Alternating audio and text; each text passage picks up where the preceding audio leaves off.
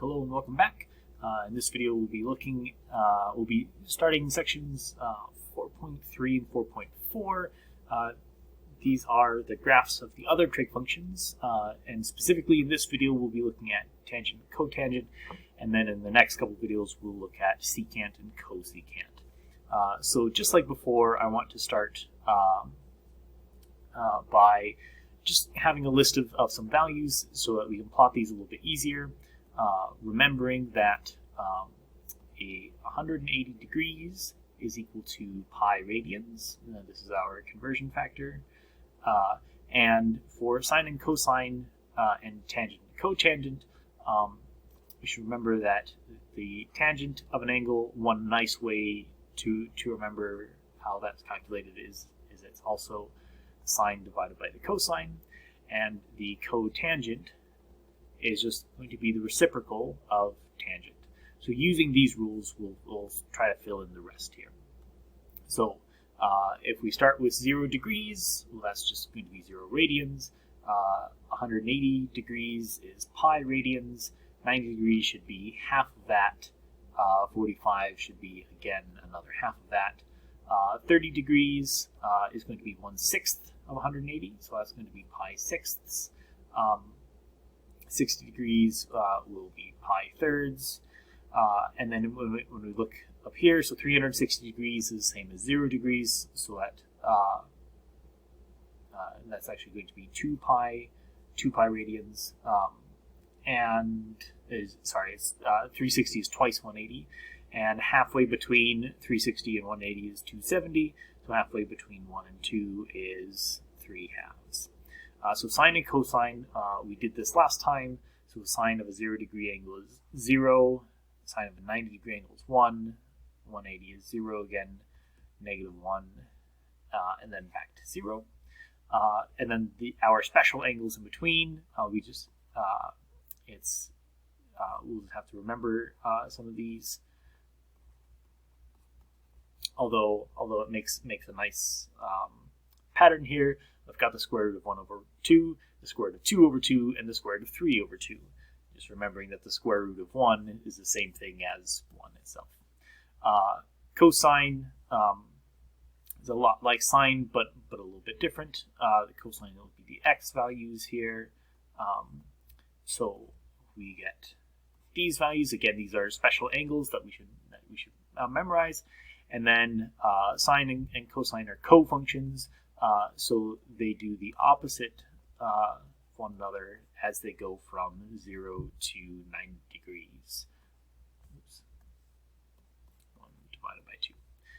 Cool. And then the tangent is going to be sine divided by cosine. So 0 divided by 1 is 0. 1/2 divided by root 3 over 2 will be 1 over root 3, but we can simplify that into root 3 over 3. Root 2 over 2 divided by root 2 over 2. Well, anything divided by itself should be 1. Root 3 over 2 divided by 1 over 2. The over 2's, the halves cancel, so we'll just be left with root 3. And then I've got 1 divided by 0. And 1 divided by 0 is actually undefined. So this does not exist at pi halves radians. But 0 divided by -1, well, that's 0. At here, it also does not exist. And then 0 divided by 1 is also 0. Cotangent is going to be the reciprocal of these guys, so it's going to be the cosine divided by the sine. So 1 divided by 0 does not exist. And then if we take the reciprocal, we've got root 3 over 2 divided by 1 over 2. That's going to be root 3. The reciprocal of 1 is just 1. The reciprocal of root 3 is going to be root 3 over 3. And instead of taking 1 divided by 0 and saying that doesn't exist, if we take cosine divided by sine, we get 0. This does not exist. 0 and does not exist. So we have a few values to go off of. And so as we go from 0 degrees to 90 degrees, if we look at tangent, it goes from 0. Root 3 divided by 3, this is a number that's a little bit less than 1. Then we hit 1. Then we hit root 3, which is bigger than 1, and then does not exist. And we will see that this is in fact going to be what's called an asymptote. So let's start graphing tangent of theta here. So at 0, we're at 0, and at pi fourths, we're going to be at 1. And then at pi halves, we don't exist. And then in between here, what we'll be doing is we'll be going over, oops, it's not quite right, more or less kind of something like this. And when we go in the reverse direction, if we were to plug in negative pi fourths, we will get negative 1, and again we're going to come down. So we get this nice pattern here where we come up, we cross 0, we sort of level out a little bit, and then we come up and we're going up again. And the same thing happens over here at pi. At 180, our tangent is 0 again. And then halfway in between, we'll be at negative 1. If we go over here, we'll be at positive 1. So what we have is something that, oops, my drawings are never to scale, so you should take all this with a grain of salt. And a similar thing will happen over here. So what we notice is that we get this little sort of S curve happening in between, and this S curve happens essentially again and again and again. And if we look at how wide this S curve is, it comes from negative pi halves all the way up to positive pi halves. And the distance from negative pi halves to positive pi halves is just going to be pi. So the period of the tangent function is pi. So every pi radians we go, it repeats itself. So it does this little thing over and over and over again. And then, so when is the tangent going to be 0? Well, it crosses right at 0. So when theta is going to be equal to 0, we come over here to pi, and every pi over that we go, since our tangent function repeats itself, is going to be 0 if we hit 0, pi, 2 pi, 3 pi, and so on. But also going backwards. So for instance, at negative pi, at negative 2 pi, and so on. If we go backwards, we're going to see the same thing. So we have the tangent function is going to be 0 at multiples of pi, and it's going to be undefined, say at pi halves.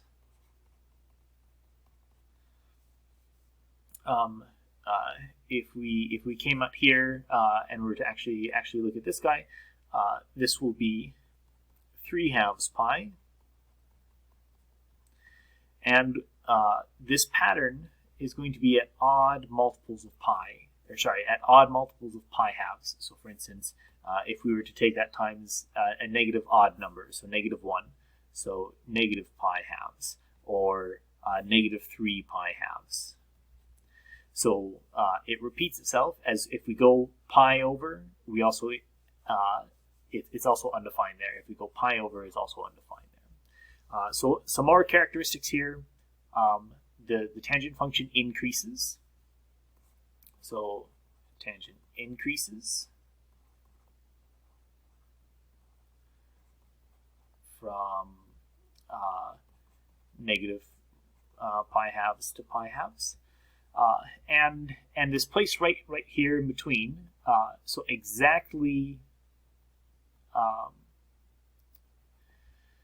halfway between 0, between when our function is equal to 0 and when it's undefined, we are exactly 1. So maybe I should do this in a different color.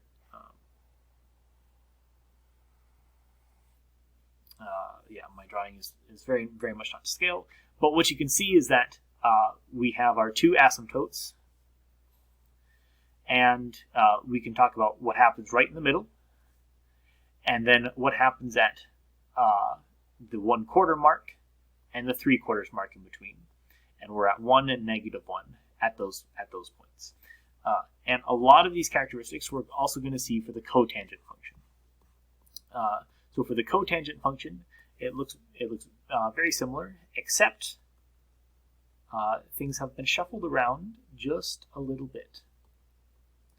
So I'm just gonna graph this, where the tangent function is undefined at pi halves. The cotangent function is going to be 0. Where the tangent function was 0 at 0, the cotangent is going to be undefined, and it's a lot like we have flipped over our tangent function. So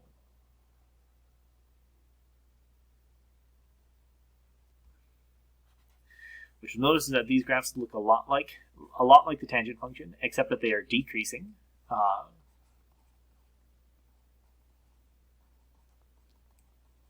And where our graph is undefined and where it's equal to 0 are in slightly different places.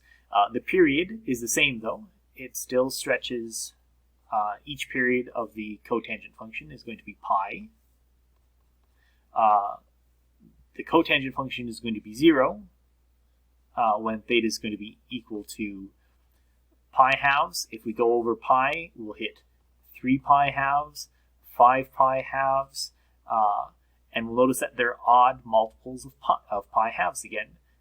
Or going backwards, just draw a big dot there, cover up my drawing error, at negative pi halves, at negative 3 pi halves. If you go over pi to the left or to the right, you'll always hit another 0. And the cotangent is undefined. We have what are called asymptotes when when our input is going to be a multiple of pi.